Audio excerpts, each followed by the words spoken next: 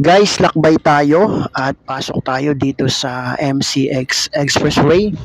Ang MCX Expressway ay 4 kilometer long controlled access toll expressway linking the southern province of Cavite and Muntinlupa. Ito ay nabuksan noong July 24, 2015 at sa kasalukuyan ito ang pinakamaiksing expressway dito sa ating bansa. Ngayong March 2025, ang toll fee dito sa MCX ay nagkaroon ng adjustment. Sa Class 1 vehicles ay magbabayad ng 22 pesos.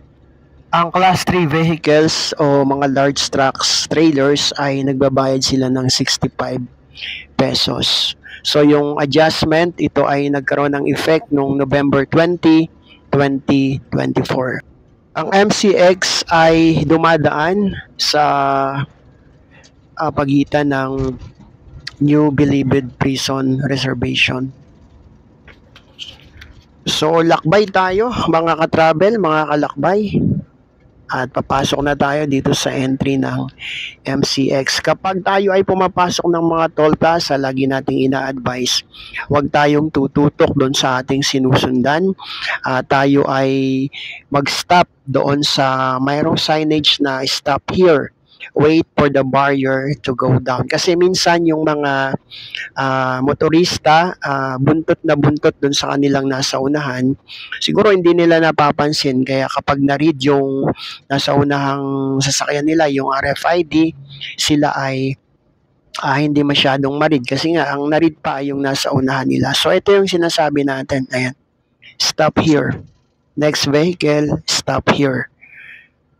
Hintayin natin na bumaba yung barrier kapag na-read na yung nasa unahan natin. At saka tayo mag-proceed. So ayan, nakalagpas na siya, bumaba yung barrier. So saka tayo mag-proceed. Ayan, mabilis na rin yung ating RFID sticker. So ganyan yung ating gagawin kapag tayo ay dadaan sa mga toll plaza kung meron tayong RFID sticker. So tuloy tayo, itong MCX ang pinakamaigsing expressway sa kasalukuyan dito sa ating bansa na meron siyang sukat na 4 na kilometro at ito nga ay nag-uugnay sa Cavite at sa Muntinlupa. Kapag nakalagpas tayo ng MCX ay papasok naman tayo ng Southern Luzon Expressway at ang ating magiging biyahe ngayon ay punta tayo ng EDSA, Makati. So yung EDSA Makati ay Magallanes halos, pero kapag nakalagpas tayo ng konti ay sakop na siya ng Bangkal, Makati. So maraming salamat sa mga patuloy na sumusubaybay sa ating channel, mga nanonood, mga nag-subscribe, mga nagko-comment, nagla-like, nag-share, at sa mga magsusubscribe, maraming salamat. Ang Panginoong Diyos ang mag-bless sa ating lahat. Meron tayong Bible verse ngayon sa Book of Matthew, chapter 22, verse 37 hanggang 39. Jesus replied, "Love the Lord your God with all your heart and with all your soul and with all your mind. This is the first and greatest commandment. And the second is like it, love your neighbor as yourself." Sabi ng ating Panginoong Jesus, ang greatest commandments ay ang ibigin ang Diyos at ibigin ang kapwa kagaya ng pagmamahal sa kanyang sarili. Nawa tayo napagpala sa salita ng Panginoon habang tayo naglalakbay, nagtatravel. Ang Diyos ang patuloy nating gabay at sa mga nakakasubaybay sa ating channel, maraming salamat. Every time na tayo magta-travel, lagi nating ikukondisyon ang ating katawan, ang ating mga ginagamit na mga service ay lagi nating i-check din. Oops, nag-alangan yung van doon sa nadaanan na nalagpasan natin. Kakaliwa siguro siya kasi nag-signal pero nasa right side siya. Hindi naman tayo pwedeng mag-full stop kapag ganon kasi ang magiging cause nun ay aksidente. So kailangan niya na maka-timing na medyo malayo yung sasakyan sa likuran niya bago siya makapasok dun sa lane. So ganyan kapag nagda-drive, marami tayong mga karanasan na pwedeng maranasan at lagi nating ilagay ang ating focus sa driving. So, lagpas na tayo ng MCX at ito ay sakop na ng SLEX. Dito naman sa bandang unahan ng SLEX ay merong entry ng Skyway Stage 2, papunta ng Stage 1 at papunta rin ng Stage 3. So, yung Skyway ay nagdudugtong ng Muntinlupa hanggang doon sa Balintawak Interchange. So, since hindi naman tayo dadaan doon sa Skyway kasi nga Magallanes EDSA ang ating pupuntahan, dito tayo sa baba ng SLEX. Mag-e-exit tayo ng Nichols at babaybayin lang natin yung Nichols. Check natin kung ilang minuto natin tatakbuhin ang ating travel ngayon mula sa MCX papunta ng Magallanes EDSA.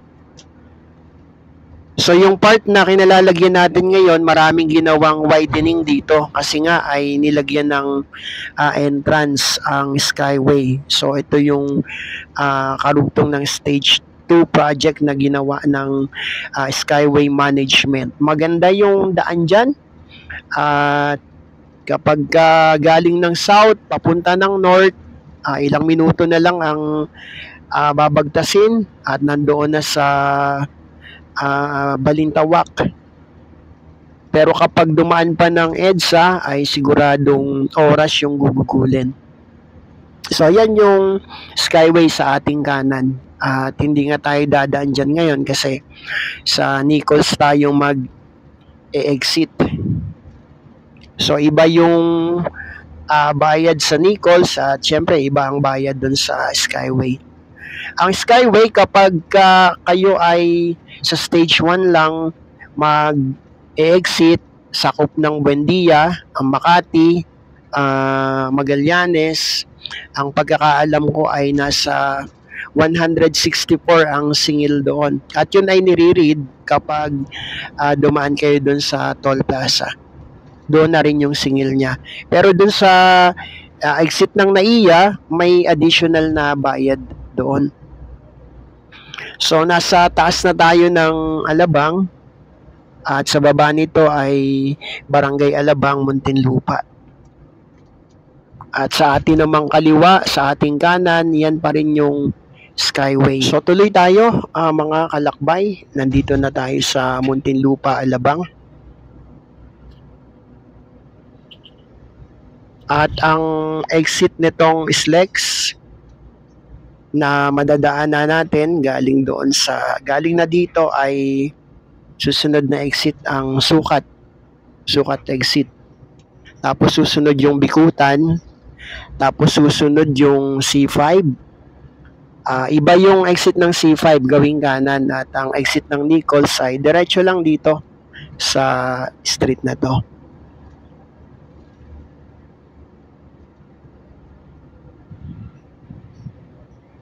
Sa mga nakakapanood ng ating channel, maraming salamat at may mga videos tayo na iba-ibang place yung ating naging travel, naging lakbay. Meron tayong naging travel na nandoon sa parte ng Tarlac, Hacienda Luisita, at pumunta tayo ng Metro Manila sa Valenzuela. At may mga travel din tayo ng papuntang Batangas. At minsan nakaikot din tayo ng mga bayan ng Batangas. May travel din tayo ng mga bayan ng Cavite at may travel tayo ng Tagaytay, Manila. So marami na rin tayong mga uploaded videos. At may mga videos din tayo tungkol sa DIY, paano mag-change oil ng motorsiklo ng City Badja 100, paano ayusin yung steel rim na kinakalawang, paano maglinis ng air cooler, yung merong nilalagyang tubig na gamit para lumamig yung air cooler. So, pinakita natin sa ating video. Kung meron kayong ganung gamit, pwede nyong i-search sa Pinoy TV air cooler cleaning at magiging guide nyo kung sakali na kayo yung maglilinis ng inyong air cooler. Medyo ramdam natin dito yung pagbagal ng mga sasakyan. Ayan. So sa unahan natin ay malimit yung pag-brake light sa unahan natin. Oops. Hindi maganda yung ginawa nung L3 na yun, biglang sumingit. So kapag o-overtake tayo, huwag tayong gagaya sa ganong uri ng driving. Kasi delikado yon.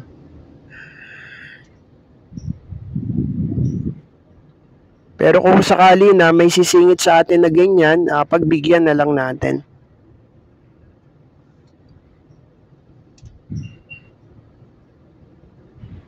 So halos gitna pa lang tayo ng Alabang at Sukat, pero ramdam natin ang medyo pagbigat ng traffic dito sa lugar na ito, pagbagal ng takbo ng mga sasakyan.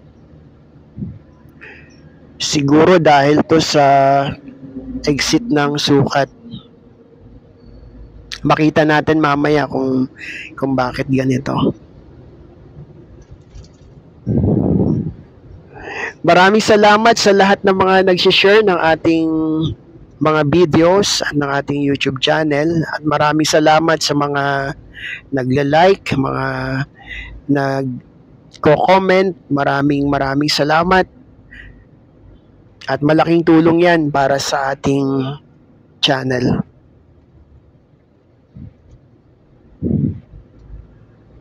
So medyo malapit na yung exit ng Sukat kasi pansin na natin sa ating gawing kanan yung solid yellow lane.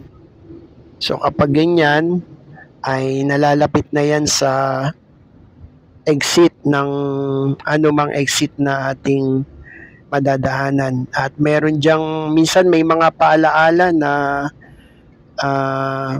dapat maging masunurin din sa traffic rules ng Skyway, ng SLEX management. Kahit minsan ng mga Skyway, kailangan susunod din tayo sa kanilang mga patakaran. So yan, meron na ditong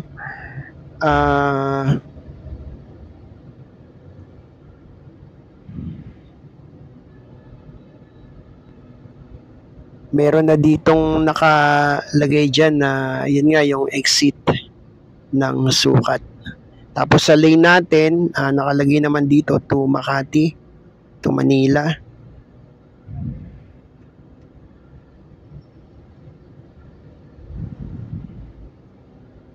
At yung bandang taas natin yan, nakalagay na yung Sukat exit.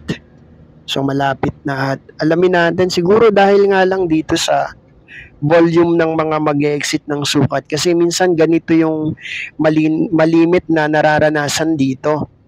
Pero kapag nalagpasan yung lugar na to, nagiging maluwag naman yung mga takbo ng mga sasakyan. Lagi tayong magbaon ng tiyaga every time na tayo ay maglalakbay. Dahil talagang kailangan natin ng mahabang patience kapag tayo ay nasa driving.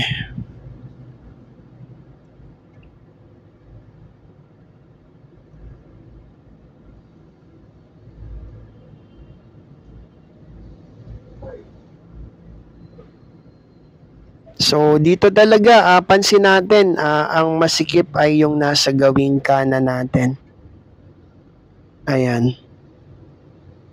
Yung dalawang lane kasi na to sa kanan natin, minsan ginagamit yung isang lane na yan sa yung inner lane. Ginagamit minsan nila na nag-exit sila ng Sukat.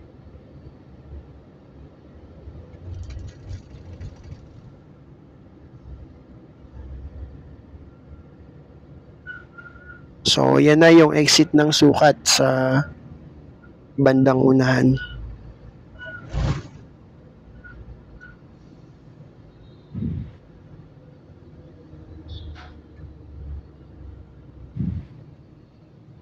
So volume talaga sila doon sa side na yon. Yun talaga yung naging dahilan na kaya nagsikip doon sa bandang likuran doon sa parte ng Alabang dahil doon sa volume doon sa sukat exit. Pero ngayon dito ay pansin natin na medyo okay naman dito yung flow ng mga sasakyan.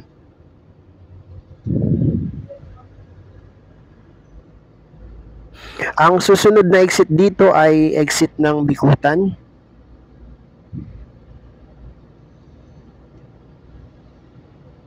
Yung nasa gawing taas natin, ayan, kanan kaliwa, yan ay Skyway pa rin yan.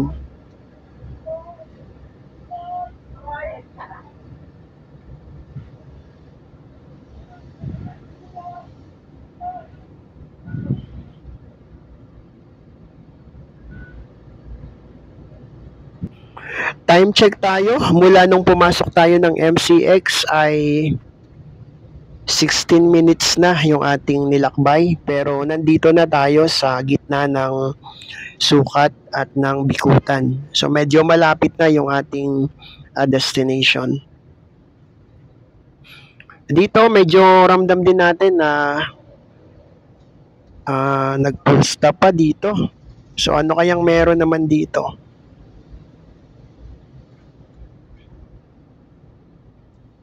So ito yung kakaiba minsan sa mga expressway. Merong full stop. Depende kasi talaga sa dami ng mga dumadaang mga motorista. Yung gawing kanan natin, medyo maluwag naman sila doon ngayon. Tapos yung dito sa lane natin, ang medyo nagbagal.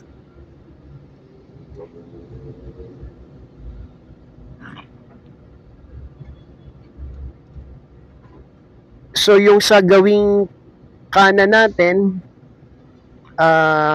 yan yung lane naman. Pag dinire-diretso yan ay papunta ng, yung lane na yan yung Bikutan exit. So meron dyang magiging yellow lane mamaya sa unahan. At kapag dyan ka nakapresto, kailangan mo mag-exit ng Bikutan. Kapag nasa lane ka na ng double yellow lane, kapag ka lumabas ka doon at makita ka ng mga enforcer, pwedeng magkaroon ka ng violation. Swerving yung kanilang inilalagay sa violation. Dito sa SLEX o kaya sa NLEX, mapapansin natin na may mga broken lanes. Ayan. So, ibig sabihin yan ay pwede tayong mag-overtake. Pero, dun sa Skyway, ang nakita ko lang ay puro straight lane. Walang broken lane. Pero, pwedeng mag-overtake. Ano kaya ang masasabi nyo doon, guys, sa lanes ng mga expressway tapos dun sa lanes ng Skyway? Kasi sa karanasan ko lang, talagang solid white lanes yung nakikita ko sa Skyway. Pero marami yung mga nag-change lane, may mga nag-overtake. Pero dito sa mga expressway, meron talaga ditong broken lane at merong solid lane. Kasi sa mga exam, pagkuha ng license, di ba, alam natin na kapag broken lane, white broken lane, yan, pwede kang mag-overtake. Pero kapag ka solid white lane, hindi ka pwedeng mag-overtake. Pero dun sa Skyway, di ko alam kung nagkakamali ako, pero sa mga karanasan ko ng daan sa mga Skyway, puro solid yung nakikita kong mga lanes. So kung meron kayong idea, guys, pwede nyong write down below sa ating comment section. So tuloy tayo, maraming salamat. Tayo ay malapit na dito sa Bikutan exit. So medyo okay na yung takbo, tuloy-tuloy na. At kapag nakalagpas tayo ng Bikutan exit, merong exit ng C5.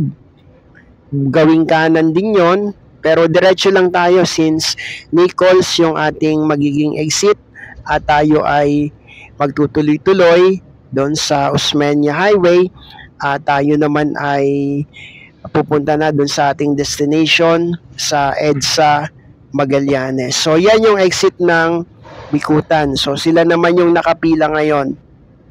Ayan. So medyo madami na rin yung pila nila, mahaba na. May enforcer din naman na nag-enforce doon sa lugar na yon. So ito, lalagpasan na natin ang Bikutan exit at ang sunod na nito ay yung gawing kanan C5 exit. Sa ating gawing itaas, yan pa rin yung Skyway. At itong pangalawang mababang tulay na yan, Skyway din yan, galing yan ng Bikutan entry. So pasok din yan ng Skyway.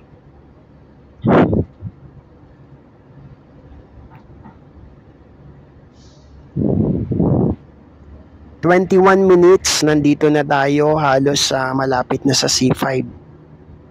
So medyo maganda din yung travel natin kahit na may mga nadaanan tayo na minsan nag-full stop, nagbabagal.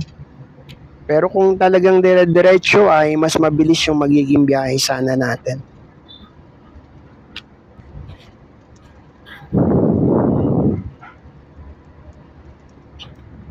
Okay, so etong lane na kinalalagyan natin, etong pinaka innermost lane na to, laging ito yung tinatawag na overtaking lane. So kapag binaybay natin yung kahabaan ng SLEX, tapos nakastay tayo dito sa lane na to, tapos mabagal lang magiging takbo natin, minsan kapag may mga enforcer, pwedeng matikitan. Violation na yon kasi overtaking lane yung ating kinalalagyan.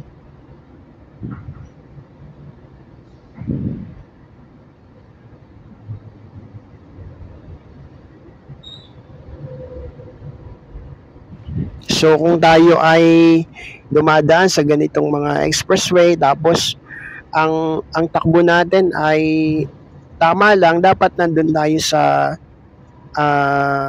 right lane kung wala namang mga exit pa na madadaanan.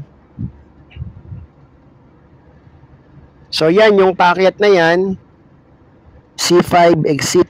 So papunta yan ng Quezon City, papunta ng Taguig.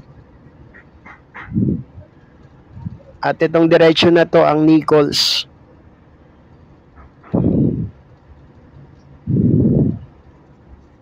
So ganun ulit, kapag tayo ay dadaan ng toll plaza, lagi nating gagawin yung hindi tayo susunod na nakabuntot sa nasa unahan natin. Doon tayo mag-stop sa tamang hintuan at maghihintay tayo na bumaba muna yung barrier after na ma-read, makadaan yung nasa unahan natin.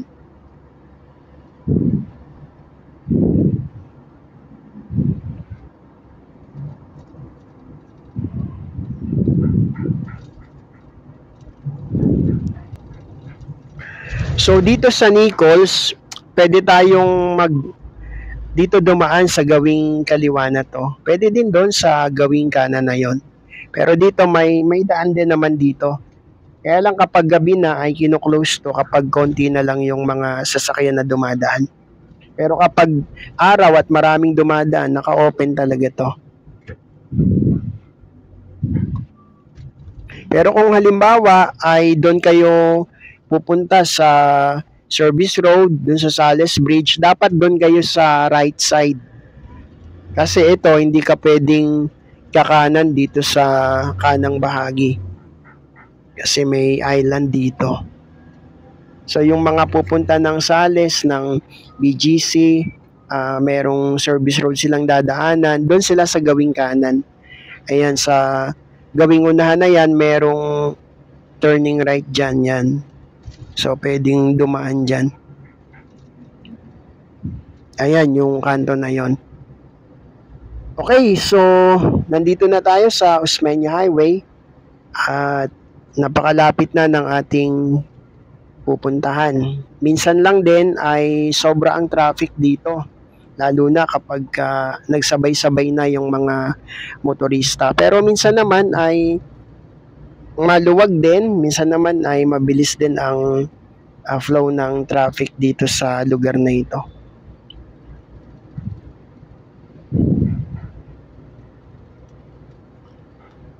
Itong EDSA ay meron siyang pwede kang dumaan sa kanan, EDSA Magallanes din, pero pwede din dito sa kaliwa sa ating pupuntahan, EDSA Magallanes din. Yung gawing kanan, yung EDSA na yon, papunta yun ng Cubao. Tapos ito namang sa dadaanan natin sa kaliwa, papunta ng MOA, papunta ng Pasay.